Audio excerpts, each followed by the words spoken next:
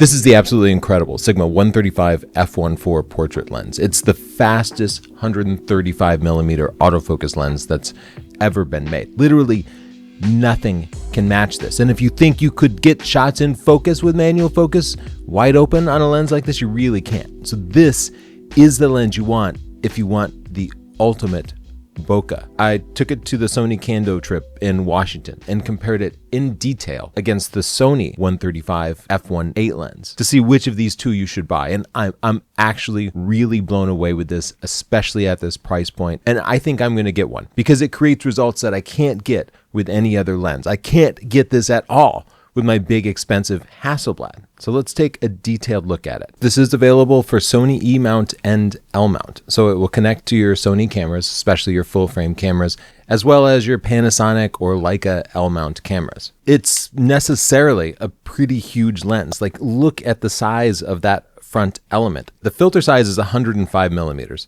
and you might actually need that because if you're shooting portraits with a light outside, you're going to run into sync speed problems when shooting at f1.4 for sure. It is very heavy. This includes a removable collar, and the very first thing I did was I took the collar off and I never put it on again. I wouldn't shoot telephoto portraits with a tripod anyway. I'm always handheld for that kind of stuff just because the framing is so precise, and thus I would never need the collar, and thus I don't actually need that extra weight. Let's talk about using 135mm lenses for portraits. Now, 20 years ago, when I started doing portrait photography, I was kind of obsessed with shooting everything at 200mm. I liked all the compression that you got from it. It made facial features seem smaller. It really blurred the background. 15 years ago, I probably would have bought the Sigma 200mm f2 instead because I would have liked that extra compression. But in the modern era, I'm working closer to my portrait subjects. I think wider angles resonate more. They feel more natural. They feel more casual. There's also the question of working distance. Taking portraits, even just headshots at 200mm means you're kind of far away from your subject. You become kind of disconnected from them. And I have come to appreciate more and more how that communication and the connection between the photographer and the subject impacts the final photo. So I do like to be closer to my subjects. 135mm and a full body shot means you're a little too far away to comfortably communicate. It's okay for headshots, but even nowadays, I shoot most of my portraits with a 50mm f1.2 because they feel more intimate. So before you do invest in a 135mm portrait lens, think about your own personal style. This is going to feel a little more formal, a little fancier, which isn't necessarily what everybody wants, but some clients do still want that. For something like a realtor's headshot, this is absolutely the lens I'd pick up. If it was a model who wanted to do like a beauty shoot, having one of these in your bag that can compress those features and really blur the background, it's going to create an amazing and unique look that you literally could not get with any other lens. Everybody's been calling the 200 f2 from Sigma the bokeh king, that no other lens can create bokeh like that. This lens has exactly the same bokeh if you were to crop it down to 200mm. But at 135mm, it's relatively wider angle.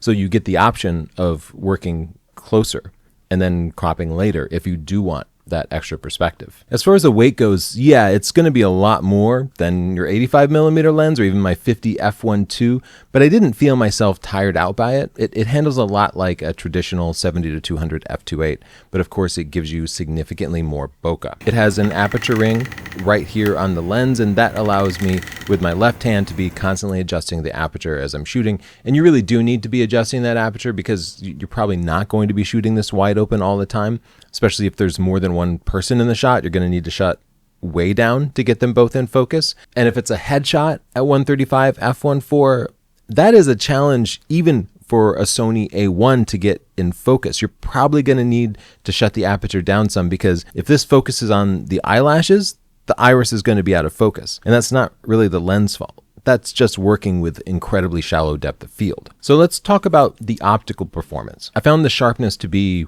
really amazing, even wide open.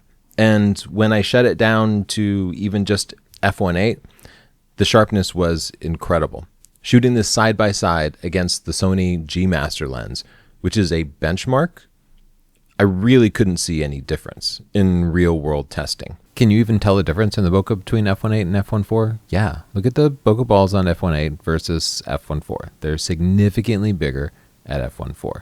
Granted, at f1.8 they become much rounder, which is nice. At f1.4 they're a little cat's eye, but still beautiful. I shot a lot directly into the sun with this to check for gross flaring or chromatic aberration, and I didn't see anything upsetting. Yeah, you get a little bit of bloom, but I found it to be attractive. And any chromatic aberration in there wasn't problematic, or it was easy to remove. Let's talk about autofocus. This requires a great deal of autofocus precision when you're shooting close up at f1.4 because the depth of field is so shallow that if autofocus is off by a millimeter, it will be visible when you zoom in. And because of that, it did miss quite a few shots. I found myself needing to overshoot.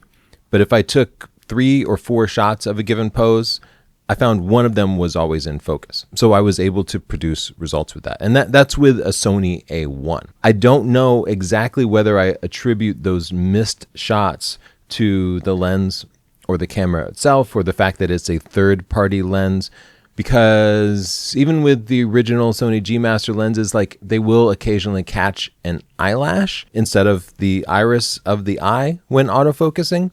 But my advice would be to not worry too much about the autofocus, but do always take extra shots. In moving shots, like you might experience a groom walking up the aisle during a wedding, this performed really well. Now, I'm not talking close headshots, but wider shots where you're a little bit further away. They get a little worse as the subject gets closer, but the performance was totally acceptable. I wouldn't consider this a sports lens, largely because if you were a pro sports shooter with a $2,000 lens on the side of the field, you'd probably be using something like a Sony A1 or a Sony A9 Mark III. And those cameras will not allow any third-party lens to shoot over 15 frames per second. That's just an artificial limitation put in there by Sony. You would want to get the Sony 135 if you wanted to be able to shoot the full 30 or 120 frames per second. I did shoot video with it, and the autofocus seemed to work just fine. So if you are shooting wedding video and you want that crazy bokeh look, this lens is a good choice. Put that collar back on and put it on a monopod or a tripod because it can get a little bit jittery. Sensor stabilization alone probably isn't going to be enough. But it did keep up with moving subjects using the Sony autofocus system.